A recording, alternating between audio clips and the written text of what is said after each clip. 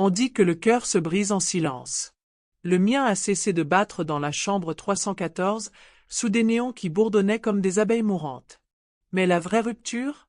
Elle est venue plus tard, dans le silence entre les bips, quand j'ai découvert à quoi ressemble l'amour quand il pense que vous ne le regardez pas. Bonjour, mon ami. Avant de commencer ce voyage ensemble, je veux que tu saches que cette histoire vit dans les espaces entre les battements de cœur, dans la pause avant la vérité.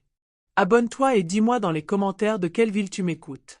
Je les ai tous lus, et savoir que tu es là, où que tu sois, rend cette confession moins semblable à un cri dans le vide. Maintenant, installe-toi.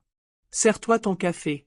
Voici l'histoire de comment j'ai appris que parfois, ceux qui promettent de te rattraper sont ceux qui te laissent tomber. Je m'appelais Eleanor à l'époque.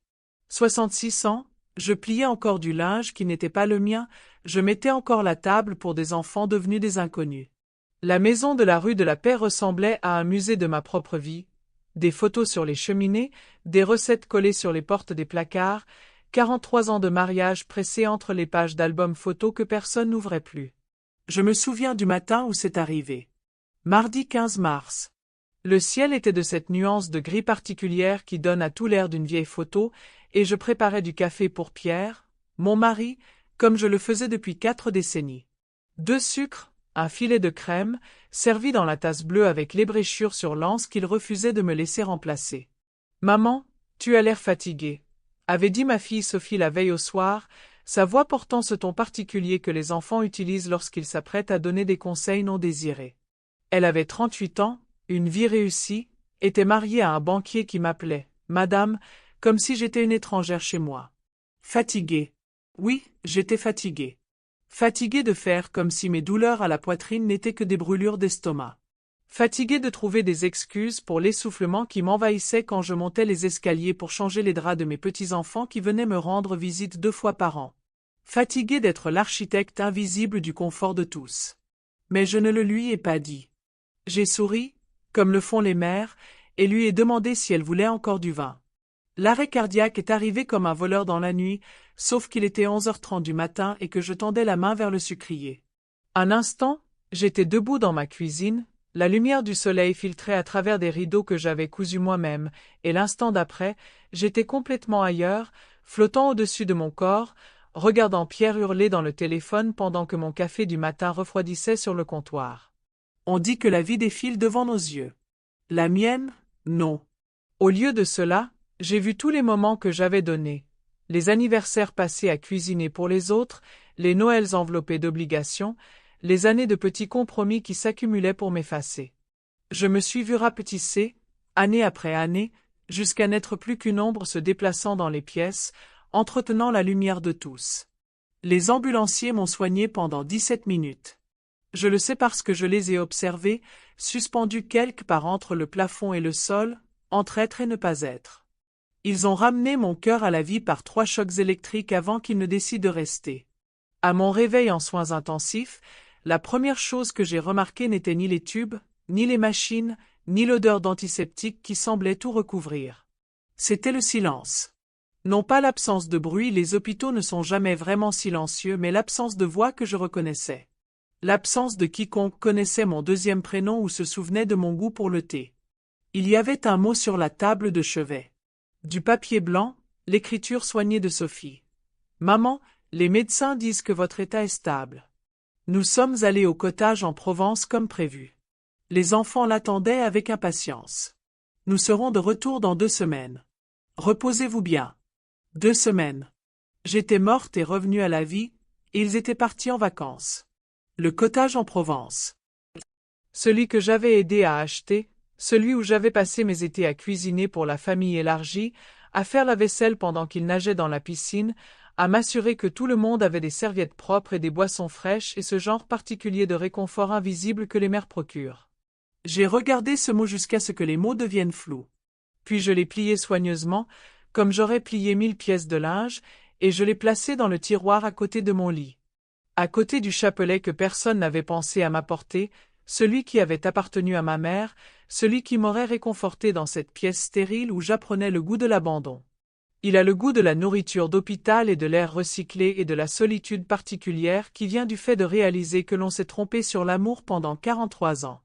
La guérison est un pays étrange. La géographie m'est inconnue, la langue est celle des petites victoires mesurées en pas et en pilules avalées. J'ai réappris à marcher dans des couloirs qui sentaient le désinfectant et les rêves brisés. J'ai réappris à manger, une nourriture qui avait le goût du carton et de la défaite. J'ai réappris à dormir, même si le sommeil était agité, interrompu par le bruit des machines et l'écho de la voix de Sophie. Nous sommes allés au cottage en Provence comme prévu. Les infirmières étaient bienveillantes. Marie-Claire, celle aux mains douces et au regard fatigué, s'asseyait à mes côtés pendant les longs après-midi où les heures de visite s'étendaient vite devant moi. Elle ne demandait jamais où était ma famille, mais son silence était plus réconfortant que n'importe quel mot. Madame Éléanore, disait-elle en ajustant mes oreillers, vous êtes plus forte que vous ne le pensez. Mais je ne me sentais pas forte. J'avais l'impression d'être comme du papier de soie, comme quelque chose qui pourrait se déchirer si on le manipule trop brutalement. J'avais l'impression d'être un fardeau temporairement mis de côté, une responsabilité que je pourrais reprendre plus tard, quand ce serait plus pratique. C'est au cours de la 2e semaine, celle où ils étaient censés revenir, que j'ai fait la découverte qui a tout changé. Je fouillais dans mon sac à main, à la recherche de mes lunettes de lecture, lorsque j'ai trouvé les papiers. Des documents juridiques, impeccables et officiels, déposés au tribunal 3 jours avant ma crise cardiaque. Une procuration, accordée à Pierre et Sophie, prenant effet immédiatement après mon incapacité. Les mots se bousculaient devant mes yeux. Incapacité. Comme si j'étais une machine en panne, quelque chose à gérer plutôt qu'une personne à aimer. Mais c'est la date qui m'a glacé le sang. La signature était la mienne, mais je ne me souvenais pas l'avoir signée.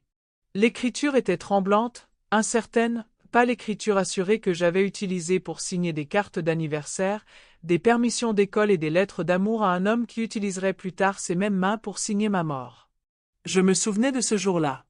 J'étais sous sédatif, encore sonné par l'anesthésie après une intervention mineure. Sophie avait apporté les papiers, avait dit que c'était juste, par précaution, juste au cas où quelque chose arriverait. Il s'était passé quelque chose. Et maintenant, je vivais au cas où. Le lendemain matin, une assistante sociale s'est présentée à mon chevet. Madame Dubois, efficace et bienveillante, avec cette compassion éprouvée que l'on éprouve lorsqu'on annonce une nouvelle difficile à des personnes vulnérables. Madame Éléanore, dit-elle en s'installant sur la chaise restée vide pendant 2 semaines, je dois discuter de votre projet de sortie. Projet de sortie. Comme si j'étais une patiente qui sortait de l'hôpital, et non une femme abandonnée. Votre famille a organisé un placement en maison de retraite, poursuivit-elle d'une voix douce mais ferme. Les jardins de lumière. C'est plutôt agréable, en fait. Ma propre mère y était avant de mourir. Les jardins de lumière. On aurait dit un endroit où les vieilles choses allaient mourir tranquillement, sans histoire, sans gêne pour les vivants. Je ne comprends pas, dis-je, même si je comprenais parfaitement. Je peux prendre soin de moi. J'ai mon propre chez moi. Madame Dubois remua sur sa chaise, mal à l'aise avec la conversation, mais déterminée à aller jusqu'au bout. Votre fille m'a expliqué que la maison est assez grande et difficile à entretenir. Elle s'inquiète pour votre sécurité, surtout après, après ce qui s'est passé. Et mes affaires? On s'occupe de tout. Vos effets personnels seront apportés à l'établissement. C'est vraiment très complet. Mes effets personnels. Comme si une vie pouvait se résumer à quelques cartons de photos et de bibelots, comme si 66 années de collection d'instants pouvaient être classées en 2 catégories, conservées, données, jetées. Cette nuit-là, je n'ai pas pu dormir. J'étais allongé dans un lit d'hôpital étroit, entouré de machines qui surveillaient mon cœur, et j'écoutais le son de ma propre respiration. Lente, régulière, vivante malgré tout. Et j'ai commencé à planifier. Le problème avec la mort imminente, c'est que cela vous apprend la différence entre exister et vivre. J'existais depuis si longtemps que j'avais oublié à quoi ressemblait l'alternative. Mais allongé dans ce lit d'hôpital, à regarder les néons scintiller comme des étoiles mourantes, je me suis souvenu. Je me suis souvenu de la fille que j'avais été à 22 ans, avant le mariage, la maternité et la lente érosion de soi qui résulte du fait de faire passer les besoins des autres avant les siens. Je me suis souvenu de la femme qui avait voulu voyager, écrire, peindre des aquarelles au bord de la mer. Je me suis souvenu des rêves que j'avais pliés comme des vêtements d'hiver, rangés au grenier de mon esprit jusqu'à ce que j'oublie qu'ils étaient là. Le lendemain matin, j'ai demandé à Marie-Claire de m'apporter un téléphone. J'ai besoin de passer quelques appels, ai-je dit, la voix plus assurée qu'elle ne l'avait été depuis des semaines.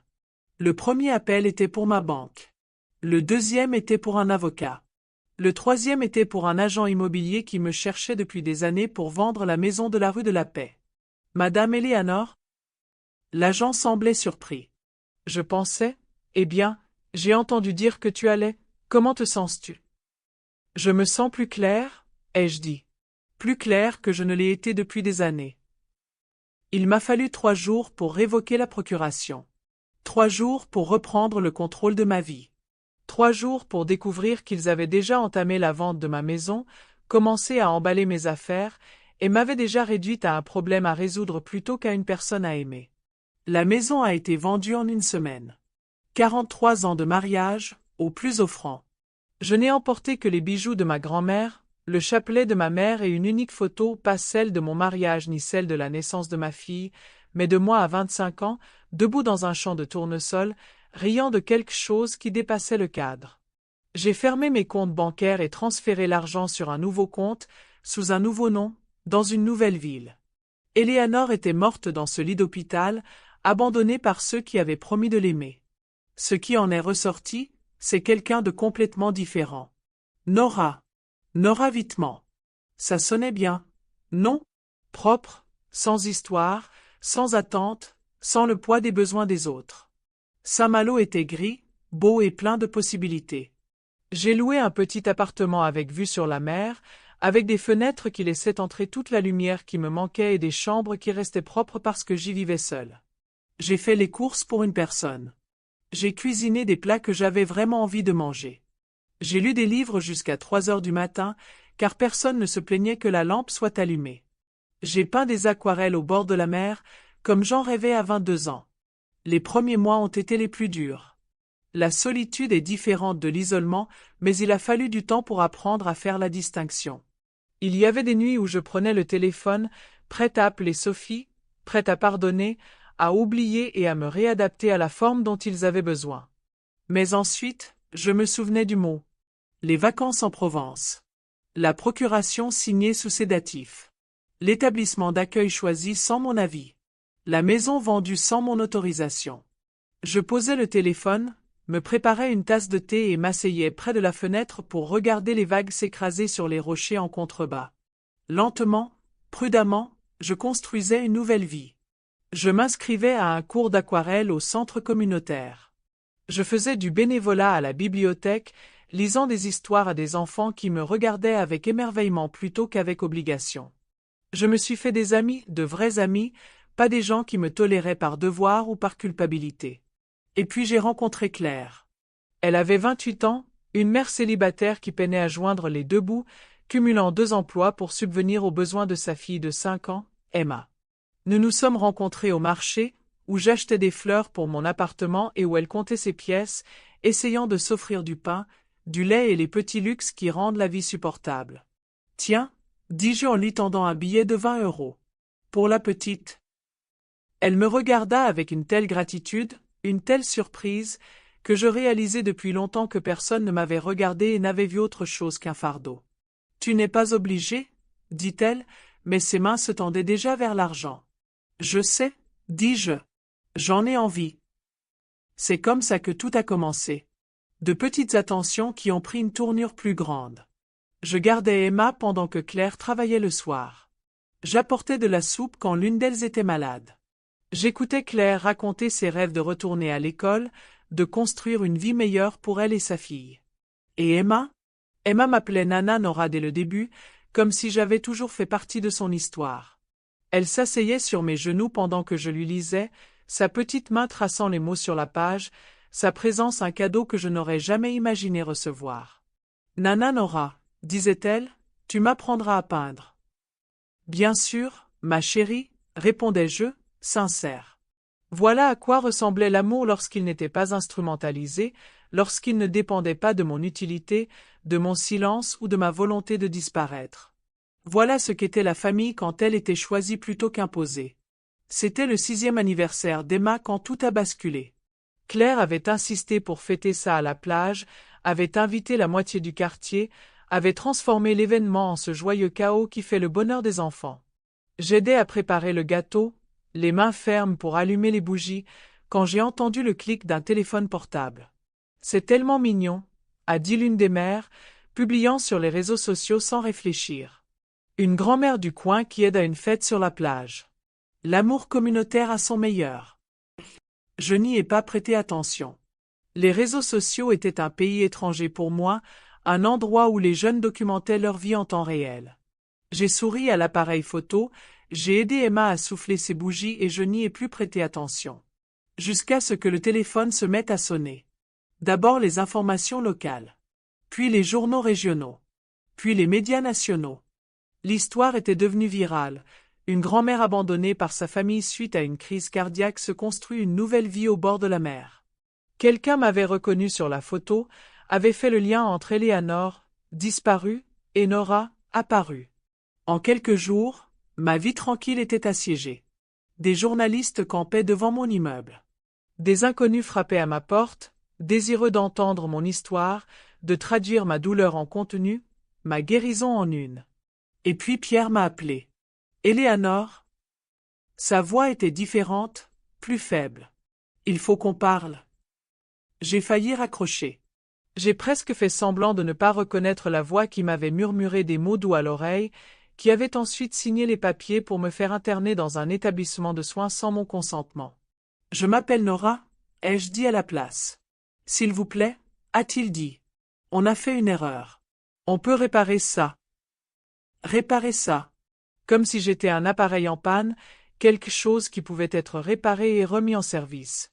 Sophie arriva le lendemain, se présentant à ma porte, les yeux rougis et les mains tremblantes. Elle paraissait plus âgée, plus fragile que dans mes souvenirs. Le succès lui avait coûté quelque chose, même si je ne savais pas exactement quoi. « Maman, dit-elle, le mot coincé dans sa gorge. Je suis tellement désolée. » Désolée. Un si petit mot pour une si grande trahison. Je pensais que tu allais mourir, continua-t-elle. Je pensais que ce serait plus facile si on gérait tout. Je ne savais pas que tu survivrais, terminais-je, guérirais, refuserais de disparaître silencieusement. Elle tressaillit à ces mots, mais je ne ressentis rien. Ni colère, ni satisfaction, ni même tristesse. Juste une sorte de clarté vide, comme contempler un paysage familier de loin. « Peux-tu me pardonner ?» demanda-t-elle. « Pardon. » Un autre mot qui avait perdu son sens à force d'être utilisé à tort et à travers. « Je ne te déteste pas, dis-je, ce qui était vrai. Mais je ne te fais pas confiance non plus. Et je n'ai plus besoin de toi. » Elle a alors tendu la main vers moi, comme elle le faisait quand elle était petite et qu'elle s'était écorché le genou ou avait perdu son jouet préféré. Mais j'ai reculé, mon corps se souvenant de ce que mon esprit avait tenté d'oublier. J'ai construit une nouvelle vie, ai-je dit. Une vie où je ne suis ni un fardeau à gérer ni un problème à résoudre. Une vie où l'on me désire pour ce que je suis, pas pour ce que je sais faire. Mais nous sommes une famille, a-t-elle dit, les mots maintenant désespérés. Non, ai-je dit. Nous sommes apparentés. La famille, c'est différent. La famille apparaît quand on est mourant. La famille ne part pas en vacances quand on réapprend à respirer. Elle est partie après ça, et je ne l'ai pas revue depuis. Parfois, je me demande si elle m'a vraiment vu, ou si je n'étais qu'un rôle qu'elle attendait de moi jusqu'au rideau final. Ce soir, je suis assis à ma table de cuisine, une tasse de tisane à la camomille refroidissant dans les mains. L'appartement est silencieux, à l'exception du bruit des vagues sur le rivage et des rires occasionnels du café en contrebas. Sur la table à côté de moi se trouve une lettre que j'écris depuis des mois, une lettre à moi-même, à la femme que j'étais. Chère Eleanor, je veux que tu saches que je te pardonne. Non pas pour ce que tu as fait, mais pour ce que tu n'as pas fait. Pour toutes les fois où tu as dit oui alors que tu voulais dire non, pour toutes les fois où tu t'es fait plus petit pour que les autres se sentent plus grands, pour toutes les fois où tu as choisi la paix plutôt que la vérité. Je comprends maintenant que tu essayais de survivre de la seule façon que tu connaissais.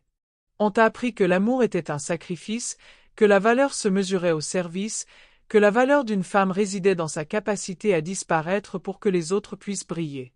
Mais tu avais tort sur l'amour. Le véritable amour ne te demande pas de disparaître. Le véritable amour te voit, te choisit, te célèbre.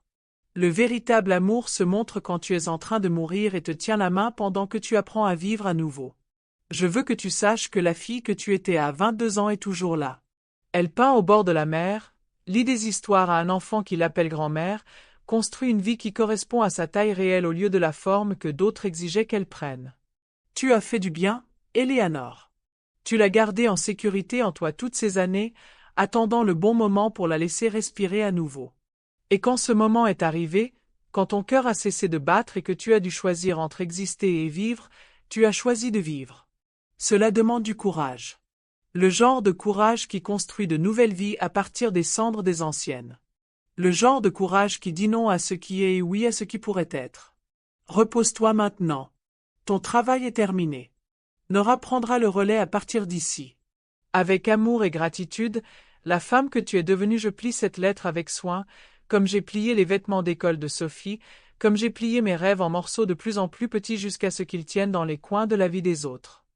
Mais cette fois, le pliage est différent. Cette fois, c'est un acte d'achèvement, pas de diminution. Dehors, la mer poursuit son éternelle conversation avec le rivage. À l'intérieur, le dernier tableau d'Emma est accroché sur mon réfrigérateur, une maison au bord de l'eau avec deux silhouettes debout dans l'embrasure de la porte, l'une grande et l'autre petite, toutes deux souriantes. En bas, de son écriture soignée de 6 ans, elle a écrit « Nana, Nora et moi à la maison ». À la maison. Pas la maison de la rue de la Paix avec son musée de souvenirs et ses fantômes de conversation. Pas la maison de retraite avec ses jardins de lumière et son lent abandon. Mais ici, dans ce petit appartement où je cuisine pour une personne, lis jusqu'à 3 heures du matin et peins des aquarelles au bord de la mer. On dit qu'on ne peut pas rentrer chez soi. Mais on ne dit jamais que parfois il faut quitter la maison pour la retrouver. Parfois il faut mourir pour apprendre à vivre. Parfois il faut tout perdre pour découvrir ce qui était à soi depuis toujours. Je m'appelle Nora Wittmann. J'ai 67 ans.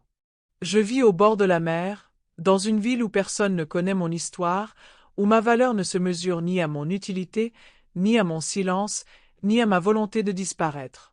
J'ai une fille qui m'appelle mamie et une amie qui me confie ses rêves.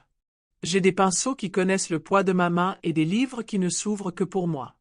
J'ai enfin une vie qui me correspond, après des décennies à essayer de m'adapter à la vie des autres. Et si ce n'est pas de l'amour, si ce n'est pas une famille, si ce n'est pas un foyer, alors peut-être que j'ai toujours utilisé les mauvais mots. Peut-être que le problème n'a jamais été moi. Peut-être que le problème était de croire que l'amour se gagnait par le sacrifice plutôt que par le simple fait d'être en vie. Le thé a refroidi, mais ça ne me dérange pas. Dehors, les vagues tiennent leurs promesses au rivage. À l'intérieur, je tiens ma promesse à moi-même, vivre, choisir, compter. C'est ma confession, ma vérité, ma révolution. Pas le genre dramatique qui fait les gros titres ou change les lois, mais le genre silencieux qui change une vie à la fois, en commençant par la vôtre. Si vous écoutez ceci et que vous vous reconnaissez dans mon histoire, si vous vivez dans les espaces entre les besoins des autres, si vous êtes plus petit qu'avant et ne vous souvenez plus pourquoi, ceci est pour vous. Vous n'êtes pas un fardeau. Vous n'êtes pas un problème à résoudre. Vous n'êtes pas obligé de disparaître pour que les autres puissent briller. Vous avez le droit de prendre de la place. Vous avez le droit d'avoir des besoins. Vous avez le droit de dire non, de partir, de recommencer, de vous choisir pour une fois. Vous avez le droit de vivre. Et si personne ne vous l'a dit aujourd'hui, laissez-moi être le premier. Laissez-moi être la voix qui dit « Vous comptez ». Vous méritez un amour qui ne vous oblige pas à disparaître. Vous méritez une vie qui vous convient. Prenez-la. Construisez-la. Vivez-la. La mer sera toujours là demain, et vous aussi.